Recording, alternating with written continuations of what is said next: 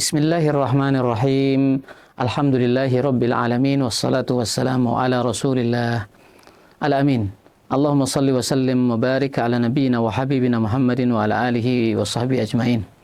Faqad qala ta'ala a'udzu billahi minasy syaithanir rajim. Innallaha ya'murukum an tu'addul amanati ila ahliha wa idza hakamtum bainan nasi an tahkumu bil adl. Wa qala ta'ala والذين هم لأماناتهم وعهدهم راعون وقال رسول الله صلى الله عليه وسلم لا إيمان لمن لا أمانة له صدق الله العظيم وصدق رسوله الكريم ونحن على ذلك من الشاهدين. Fenomena yang kita temukan hari ini adalah begitu banyak pemimpin yang menyalahkan, menyelewengkan amanah kepemimpinannya, sehingga banyak sekali kita temukan, kita menyaksikan bukan justru melayani tapi dilayani, bukan justru untuk mensejahterakan rakyatnya, akan tetapi justru memelaratkan, memiskinkan masyarakatnya, bukan justru membahagiakan, memudahkan, tapi justru membuat permasalahan-permasalahan menjadi sulit dan begitu panjang. Maka pada momen kali ini kita sedikit mentadaburi tentang sebuah ajaran Islam yang sangat-sangat agung, yaitu tentang bagaimana kita menjalankan amanah. Ternyata amanah yang Allah Subhanahu wa Ta'ala berikan kepada kita yang paling utama adalah amanah keimanan dan keislaman kita. Dan Allah memerintahkan kita untuk menjalankan amanah ini. Amanah ini sudah diberikan, dicoba diberikan kepada makhluk-makhluk Allah Subhanahu wa Ta'ala yang lain, tapi mereka enggan dan tidak sanggup untuk mengemban amanah ini. Fahamalahal insan, maka amanah keimanan dan keislaman ini diambil perannya, amanahnya, bebannya oleh manusia. Subhanallah. Dan ini adalah konsekuensi ketika kita mengemban amanah, maka kita akan dan harus siap dengan segala mutatallabatnya, konsekuensi-konsekuensinya. Di antaranya kita harus siap menanggung resiko-resikonya. Dengan begitu berat amanah ini, dan kita memohon kepada Allah Subhanahu wa Ta'ala mudah-mudahan kita diberikan kekuatan, taufik untuk mengemban amanah iman dan keislaman kita.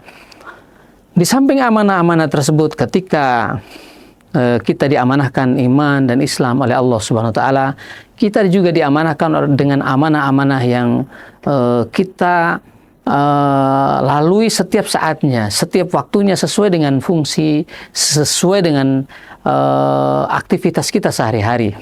Bagi yang diberikan fungsi sebagai pemimpin daerah, pemimpin sebuah lembaga, sebuah yayasan, maka itulah amanah tambahan dari amanah iman dan Islam dia. Maka Allah dan Rasulnya juga sudah memberikan begitu banyak wejangan dan arahan untuk dalam rangka mengemban amanah ini. Dan Rasulullah SAW menyampaikan sebuah pesan yang sangat-sangat luar biasa. Ternyata amanah ini tidak mungkin bisa dilepaskan dari keimanan kita kepada Allah Subhanahu wa Ta'ala. Sampai Rasulullah menyampaikan bahwa tidak ada keimanan, ya, keimanan seseorang dipertanyakan ketika dia tidak amanah di dalam mengemban amanah-amanah dan tugas-tugasnya. La imana liman la amanatalah. Jadi keimanannya diragukan, ya, kurang keimanannya ketika dia tidak amanah. Semakin tinggi dia merasakan mas'uliyatul amanah ini, tanggung jawab amanah ini, maka ini pertanda semakin tinggi nilai keimanan yang ada pada diri seseorang. Masya Allah, tabarakallah. Allah Subhanahu wa Ta'ala juga menyampaikan bahwa ciri-ciri orang yang beruntung itu ternyata adalah orang-orang yang menjalankan amanahnya dan janji-janjinya pun ditepati oleh dia. Walladzina hum li amanatihim wa ahdihim raun. Jadi orang-orang yang untuk amanahnya, janji-janjinya dia betul-betul memperhatikan dan menjaga amanah dan janji-janji tersebut. Nah, tentu banyak sekali amanah-amanah yang ada melekat pada diri kita, dan masing-masing kita berbeda amanahnya dari satu dan yang lainnya.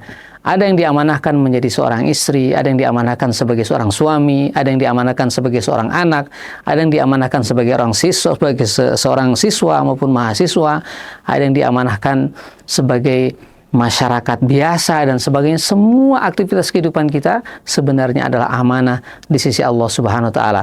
Tapi khusus untuk amanah dalam memimpin, di dalam menjaga kemaslahatan umum, maka ini tugasnya lebih dahsyat lagi, lebih berat lagi. Karena amanah yang diemban bukan hanya amanah untuk dirinya sendiri, yang melekat pada dirinya sendiri, tapi amanah yang melekat pada begitu banyak orang. Maka semakin banyak amanah yang diemban, maka tentu pahalanya, ya ganjarannya di sisi Allah SWT semakin besar, dan cobaannya semakin besar. Maka disinilah kita betul-betul merasakan pentingnya bekalan iman, bekalan ketakwaan dan keislaman kita di dalam menjalankan amanah-amanah tersebut. Mari kita terus tingkatkan keimanan kita, ketakwaan kita, ya, pengamalan nilai-nilai keislaman kita, sehingga kita diberikan taufik oleh Allah Subhanahu wa taala untuk mengemban amanah-amanah tersebut. Dan ada sebuah ungkapan yang disampaikan oleh ulama-ulama terdahulu, gambaran bagi orang-orang yang betul-betul siap mengemban amanahnya, yaitu ruhbanun billail fursanun bin nahar. Mereka pada saat malam, mereka menjadi para rahib-rahib yang getol ibadahnya. Mereka qiyamul lail, mengambil kekuatan-kekuatan di waktu malam dengan qiyamul lail, dengan salatul fajr, dengan Quranul fajr dan seterusnya, sehingga memberikan dia kekuatan untuk mengemban amanah yang lebih dahsyat lagi. Sebuah ungkapan yang sangat-sangat dahsyat lagi yang diungkapkan oleh para ulama yang menyebutkan bahwa kunu ubadan qabla an takunu quwadan. Jadilah kalian ahli-ahli ibadah sebelum kalian menjadi para pemimpin, para pimpinan.